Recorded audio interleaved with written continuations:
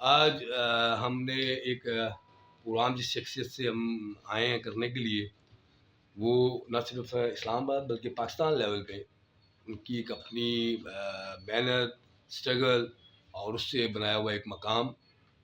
Pakistan Peoples party کے امیدوار بھی NA46 سے الیکشن کی تیاریاں بھی ہیں، اور بزنس کے حوالے سے ماشاءاللہ ان کا بہت اچھا.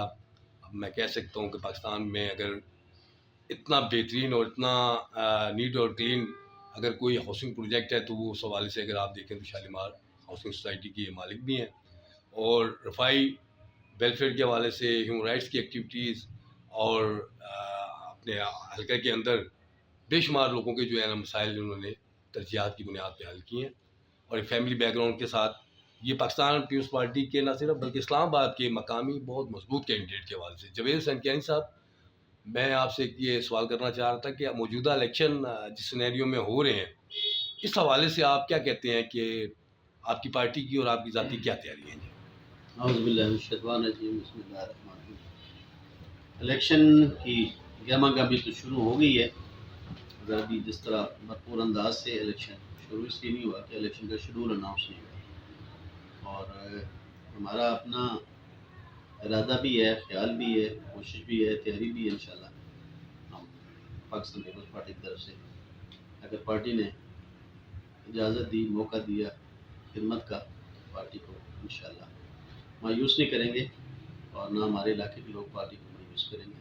کوشش کریں گے کہ مقامی قیادت ہی نمائندگی کرے، اور پچھلے 7-8 سال سے جو پچھلے آلموسٹ تقریباً 10 سال سے خاص کر سرکار نے 46 جو پہلے 54 تھا اس کے ساتھ جو زیادتی ہوئی وہ یہی ہے کہ ہمیشہ کبھی کسی پارٹی کا وہ باہر سے ہی آتے تھے. وہ کہ ہم پاکستان میں رہتے ہیں، سارے پاکستانی ہیں، مگر کبھی کراچی سے یا کبھی آ کے آپ ملتان سے یا کسی اور علاقے سے آ کے اس حلقے کی نمائندگی کا حق ادا نہیں کرتا تھا، اور ہمیشہ اس نے اگنور کیا ہے.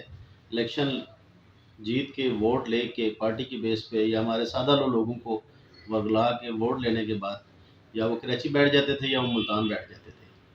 تو پچھلی دفعہ بھی ضمنی الیکشن میں نے صرف اس نظریے سے الیکشن میں انوالومنٹ کی تھی کہ باہر کا کوئی، کیا ہم اتنے ہی کمزور ہیں کہ حلقے کا کوئی بندہ اپنے حلقے کی نمائندگی کرنے کے قابل نہیں ہے کہ ہم باہر کے لوگوں سے، باہر کی مین کے جو اس حلقے کا بندہ نہیں ہے وہ ہماری نمائندگی کرے، اور ہم اس کے پیچھے لگے رہیں، اور الیکشن کے بعد پھر 5 سال 4 سال اس کے لیے دیکھتے رہیں کس گلی میں آئے گا، کس کونے سے آئے گا، کس کا کم مسئلہ سنے گا.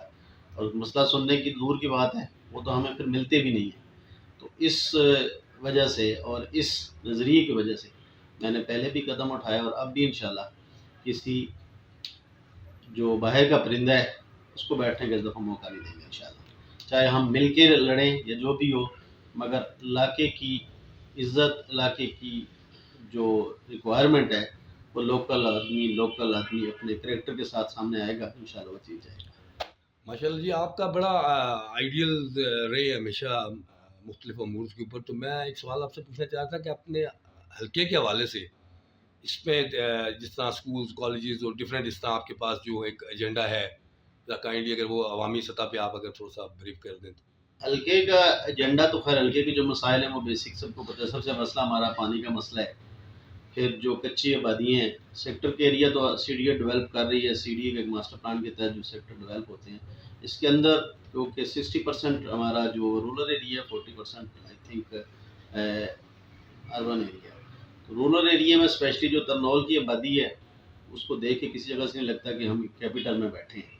وہ بہت ہی پسماندہ اور بہت دور دراز علاقے کی آبادی کا تاثر پیش کر رہے ہیں، اور اس میں سب سے بڑی یہ ہے کہ ہم کسی بھی کچی آبادی کو اس کنڈیشن میں نہیں رکھیں گے کہ وہ اسلام آباد کی شایان شان نہ ہو. اگر ہماری دیہی آبادیاں ہیں تو وہ بھی اسلام آباد کے شایان شان ہوں، اور جس کے اندر پانی، بجلی، گیس، ہر چیز. اسپیشلی میرا ایک فوکس ہے کہ ہمارے تمام مسجد کے جو علماء کرام ہیں ان کو شامل کر کے ہر گلی، ہر محلے کی تربیت ترقی کے ساتھ اگر آپ کی تربیت نہ ہو تو جو معاشرتی پرابلمز ہیں وہ سالو نہیں ہوتے.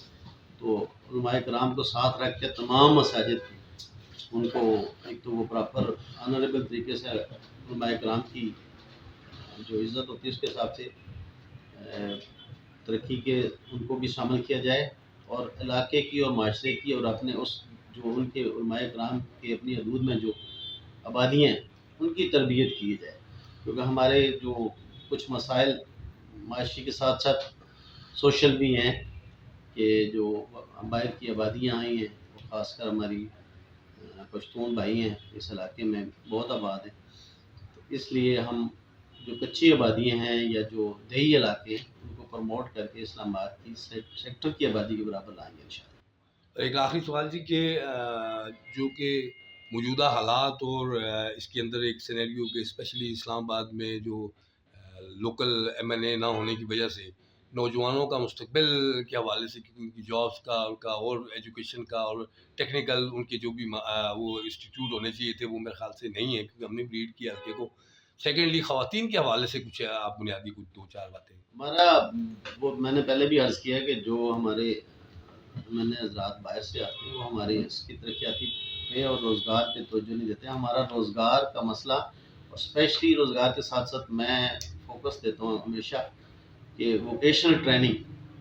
ہمارے علاقے میں یا ہمارے خاص کر ہمارے سیکٹر میں بہت سارے لوگ بے روزگار نوجوان جو ہیں جن کے لیے ٹریننگ کی ضرورت ہے.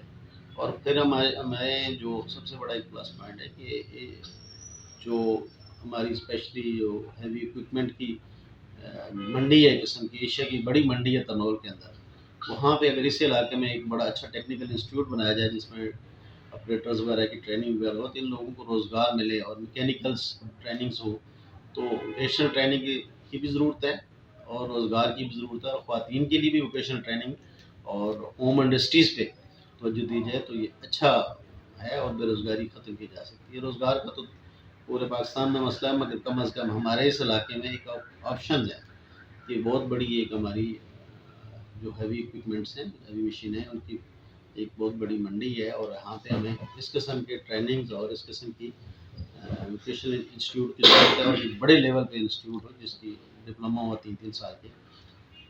اور اس پہ میں فوکس ہمیشہ کرتا ہوں کہ ووکیشنل ٹریننگ سے آپ کو روزگار بھی ملتا ہے اور آپ اوورسیز میں جا کے بھی اپنا اچھا باعزت مقام پہ روزگار کما سکتے ہیں. اچھا جاوید صاحب، ایک چیز آپ سے جاننا چاہ رہے تھے، کیونکہ پاکستان کی معیشت کے حوالے سے کافی اس ٹائم اور جو سابقہ دور گزرے ہیں کافی پریشانی رہی ہے، کیونکہ آپ ایک انڈسٹریل اس کے حوالے سے بھی آپ کا ایک بہت بڑا مقام ہے.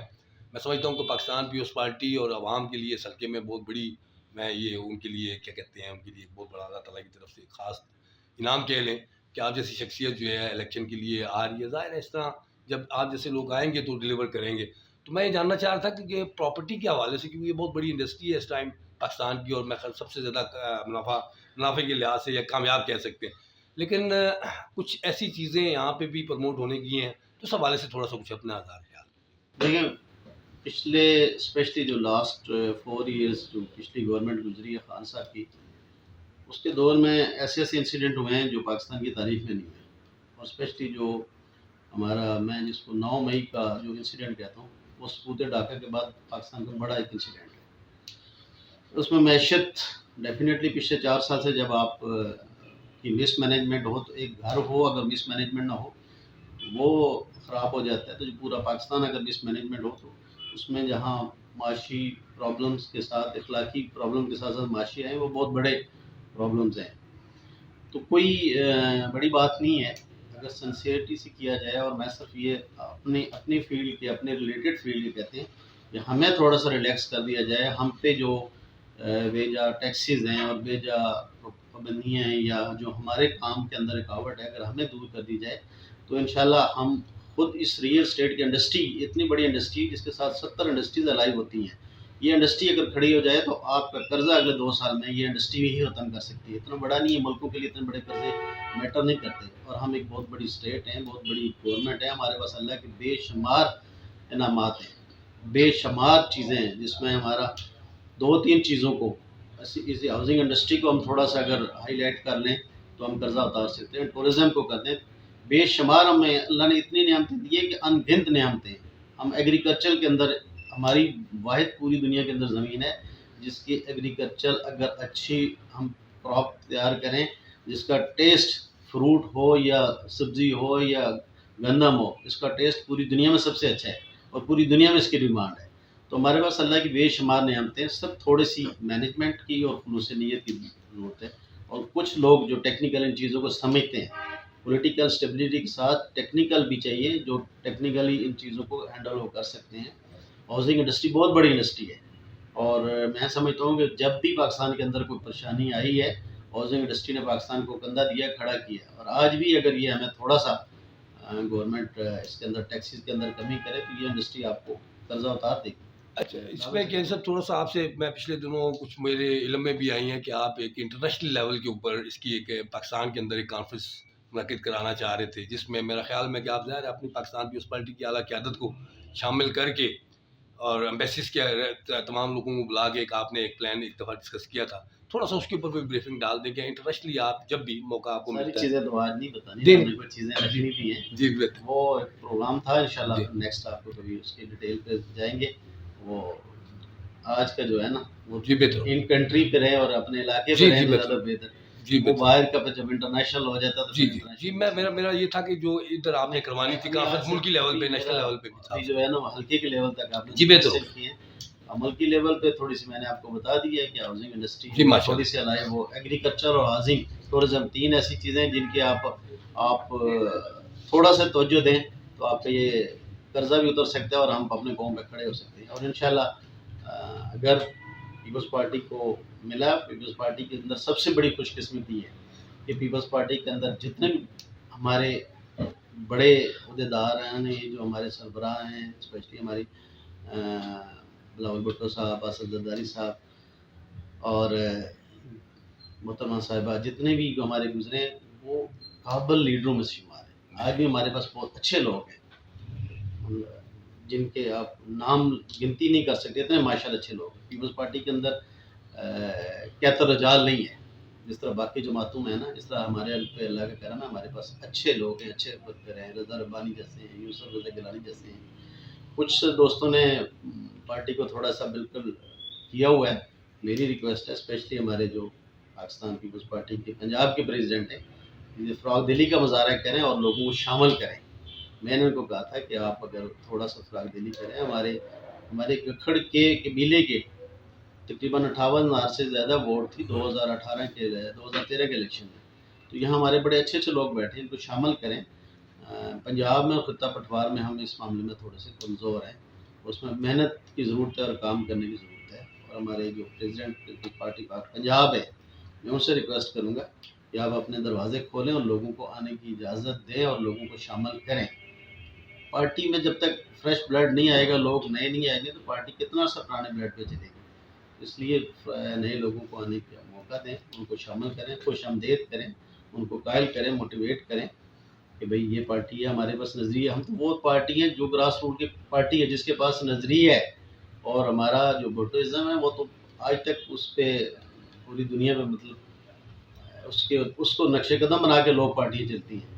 پھر ہماری پارٹی میں خاص کر پنجاب اور پٹوار میں کیوں ہے تھوڑا سا یہ ہماری کمزوری ہے. ناظرین، یہ جاوید حسین کینی صاحب کا آپ نے مختصر انٹرویو اور ان کی گفتگو سنی ہے. اور آپ جہاں تک سمجھتے ہیں ہمارا کام ہے آپ کے سامنے کینڈیڈیٹس کے حوالے سے، موجودہ الیکشن کے حوالے سے جو بھی یہاں کی پروگرس ہے، جو اچھے لوگ ہیں ان کو سامنے لانا. تو لہٰذا اس کی ایک یہ کڑی ہے.